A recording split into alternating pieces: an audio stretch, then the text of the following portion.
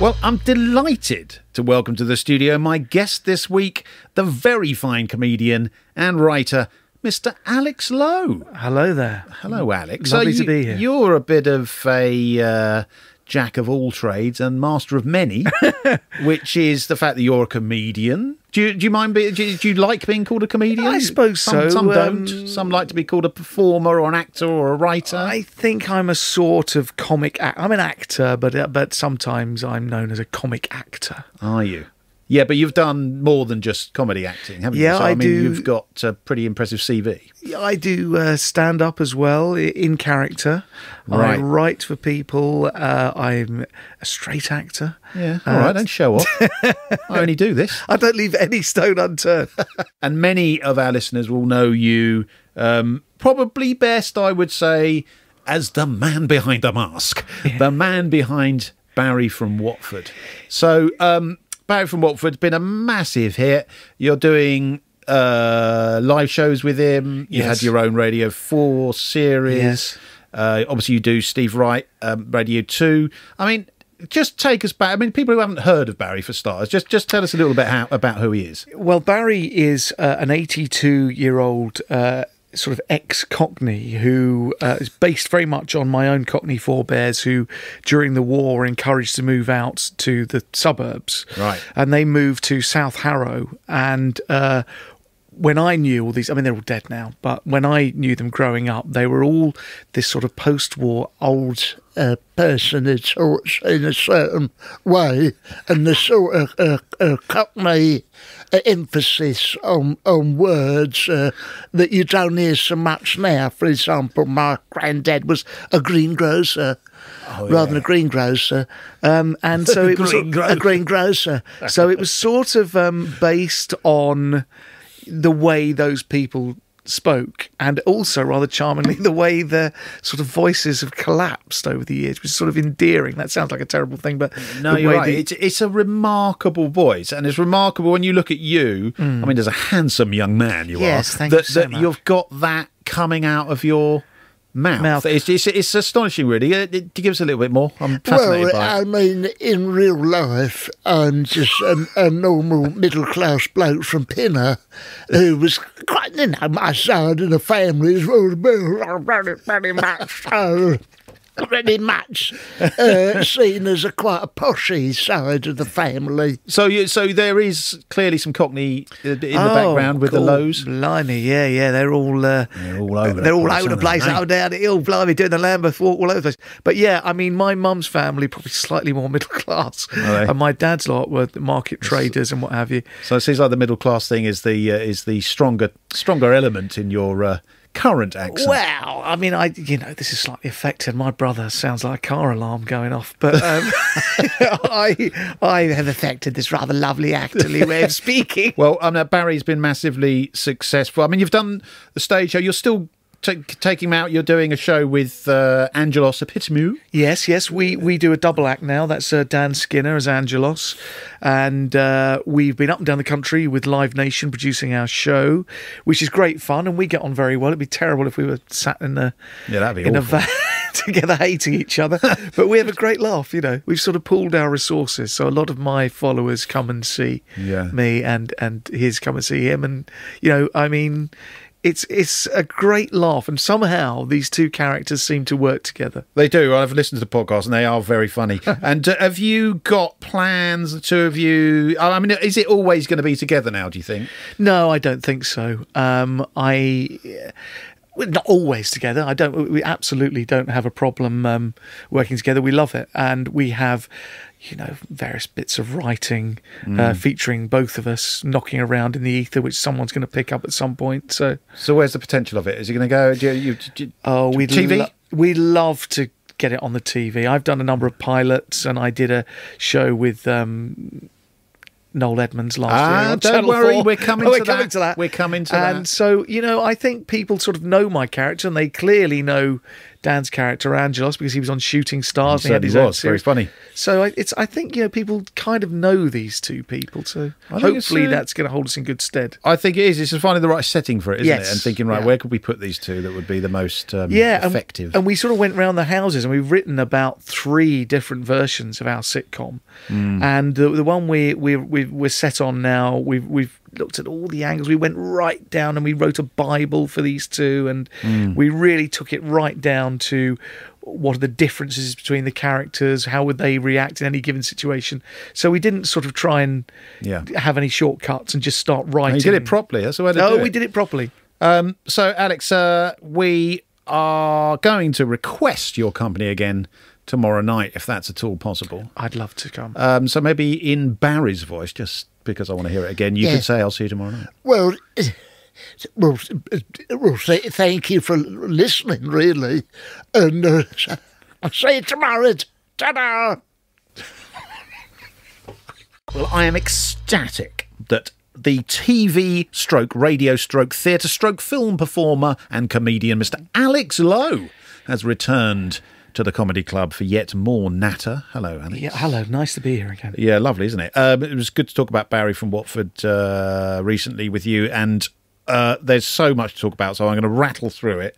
But let's rewind. Let's take us all the way back to a young Alex Lowe. All the way back. Thank you. Well, Charming. it's quite taken. quite a long way. Yeah. So, a performing family at all? No, not really. I'm happy to say my parents were very, very supportive. I was a child actor. I did a lot of stuff from the age of 12, and I did Another Country in the West End, and I did... You were in Minder, weren't you? Minder. I was a little bit older then. Yeah, that was my first professional job. Oh, was it? After my degree, yeah. That's 1990. 1990. Was that with Dennis and That George? was with Gary Webster. Yeah. And I was in a scene with the lovely Gareth Marks, Alfred Marks' son. Oh, yeah. I know Gareth. Oh, do you? Yeah, I'd like yeah. to be in touch with Gareth. Yeah. But I remember him saying at the time, I was about to go and work with Kenneth Branagh's Renaissance Theatre Company, and I started doing Yeah, Mind. all right. And Listen to him. Kenneth. no, hold on. This is We jumped. You're trying to shake the Minder thing off here, aren't you? All right. Get me back to Sir Kenneth. So Minders all very well. Anyway, imagine this: Ken Branagh.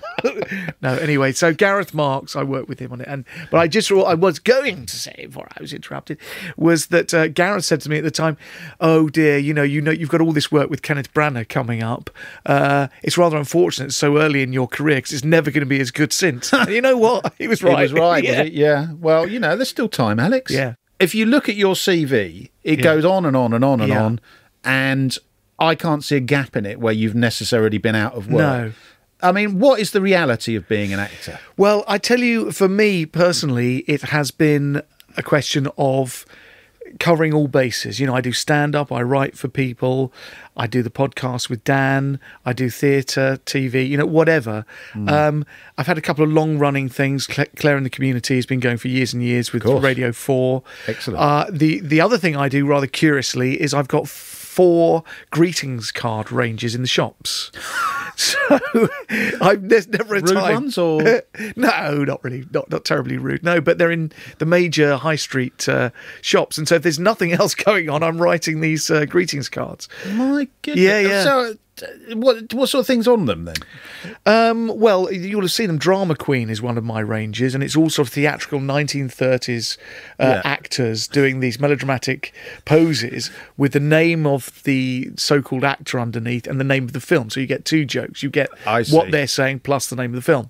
There's another one called Irene and Gladys, which are 2 old ladies looking at artworks and saying, there's speech bubble with rather sort of prosaic You clever comments. humbug. Is that did that take a while to get off the ground, that sort of thing? Or? Well, I used to write for Loose Ends for Ned Sherrin, Yes. and Woodman Stern Cards got in touch with me and said, now this is like 15 years ago, there's a huge opportunity for a sort of card range of middle class sensibilities, which you do see now, sort of much more sort of So social comment. you kept the fact that you're a Cockney hidden from them.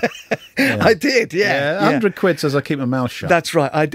I went in and put my plummy voice on, and so those have been going quite well. But let's not dwell on that. Back to the acting. How Paul. long in that meeting was it before you mentioned Sir Kenneth Branagh? Oh, Sign here. We want him. Yeah. So So that's another thing which keeps me going. But I don't. To answer your question, I do not leave any stone unturned. Only because I've never been able to afford not to. There are lots of people. This is not class war, but there are lots of people who are able to do what we do because they have the bank of mum and dad and a bit of a trust fund behind them. True. And I've never been in that position, so No, I've okay. had to work and work and work and work. And when I'm not working, I'm in a blind panic about what's going to happen next. Stuart, our producer, maybe we could just put on a little bit of violin music underneath that, just to add a little. I tell bit you what, extra you give pathos. me a tenner, I'll play it. And The all. poor old Alex Lowe, constantly in work. Poor Alex. Well, yeah. Alex, plenty more to talk about. You're gonna have to come back. Great. See you again tomorrow. Super. Tell you all that once again, my guest this week, Mr. Alex Lowe, has returned for more chatter. Hello. Hello, Alex. Right, listen to this. Phoenix Nights, Bremner Bird and Fortune, Peter Serafinovich Show, The Detectorists, House of Fools, Still Open All Hours, Toast of London, The Thick of It, Lead Balloon, Look Around You. That's just some of the shows that you've appeared in. That's pretty impressive. Yes, it is. Right. Thank you. Good night. Good night. No, but you, when we first met, Yeah. you would always go around going, "Oh, I haven't got any work." Did I? I'm going to have to go back to being a postman. Oh gosh, I've really tried to stop doing that. I'm such a moaner. Yeah, I mean, I'm one of those people who kind of moans out loud. No one wants to hear that, and it's great. It makes you feel good for about 5 minutes, and then ultimately you just feel a bit sorry for yourself. But the postman, how was the postman job? I never did that. I'm happy Did you to make say, that up? No, there was one Christmas I was thinking, oh dear, I've got my tax to pay. I might put my name down at the post office. How do you remember have done that? it in character. I know, dear. But no, I have stopped doing that now. But I mean, as I say, I'm always busy with one thing or another, even if it's not always what I want to do. I know. And as I say, the CV is very hugely impressive. Done, obviously the dramatic stuff. You've been in films like Peter's Friends, Yes. Haunted. Yep. Much Ado About Nothing. Yes, much about nothing. I've yeah. got a film that's coming out soon called The Devil Outside, which Serious? Very serious, Yeah. a sort of psychological horror. Oh, very good. That's coming out. We filmed that in Nottingham last summer. Film or cinema? Film, cinema Cinema or film. TV. I mean, Cinema film. Fantastic. Are you big role in it? Are you the devil outside? No, I'm the oh well, I can't explain. I'm someone's dad in it, but it's quite a nice part. Yeah. Well, as I say, that list of credits includes Phoenix Nights with Yes. Peter Kay. Yes. Now, of all the things you've done, I would say, along with Barry from Watford, but televisually, you've done possibly one of the most iconic single appearances on a TV comedy in the form of the dubious psychic, Mr. Clinton Baptiste. Yes, yes. Which is...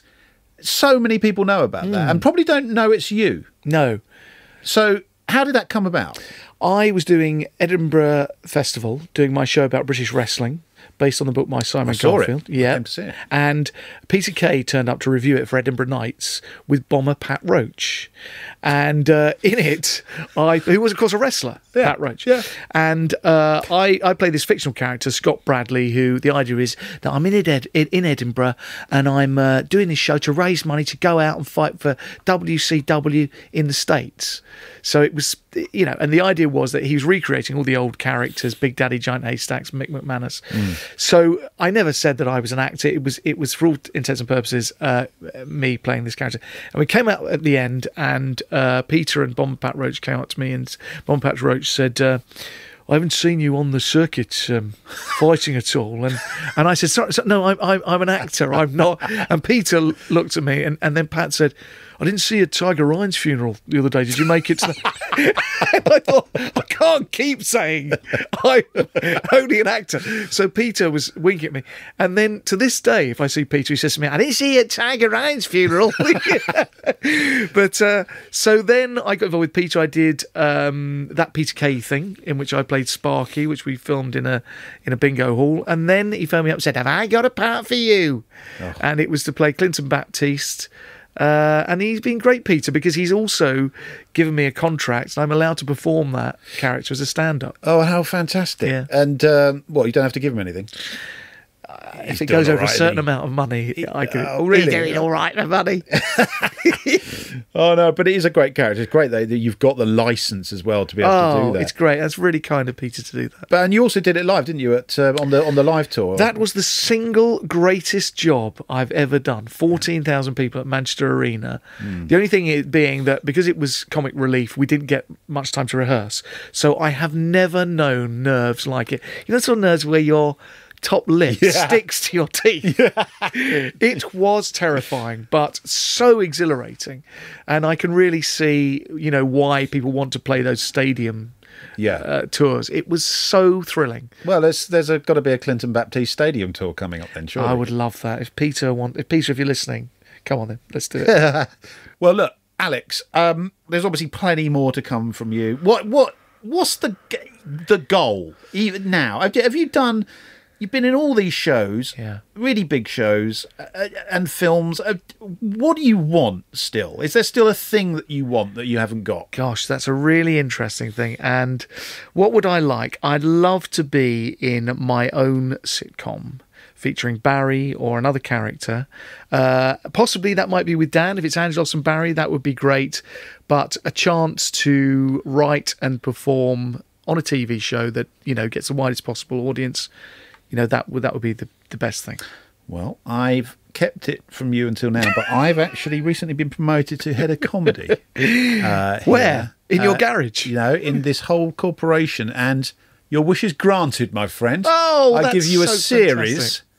Straight off the bat. Lovely. Just keep Niall Edmonds away from it. Okay. Alex, thank you so much for coming in. Thank you so much. Where do I sign?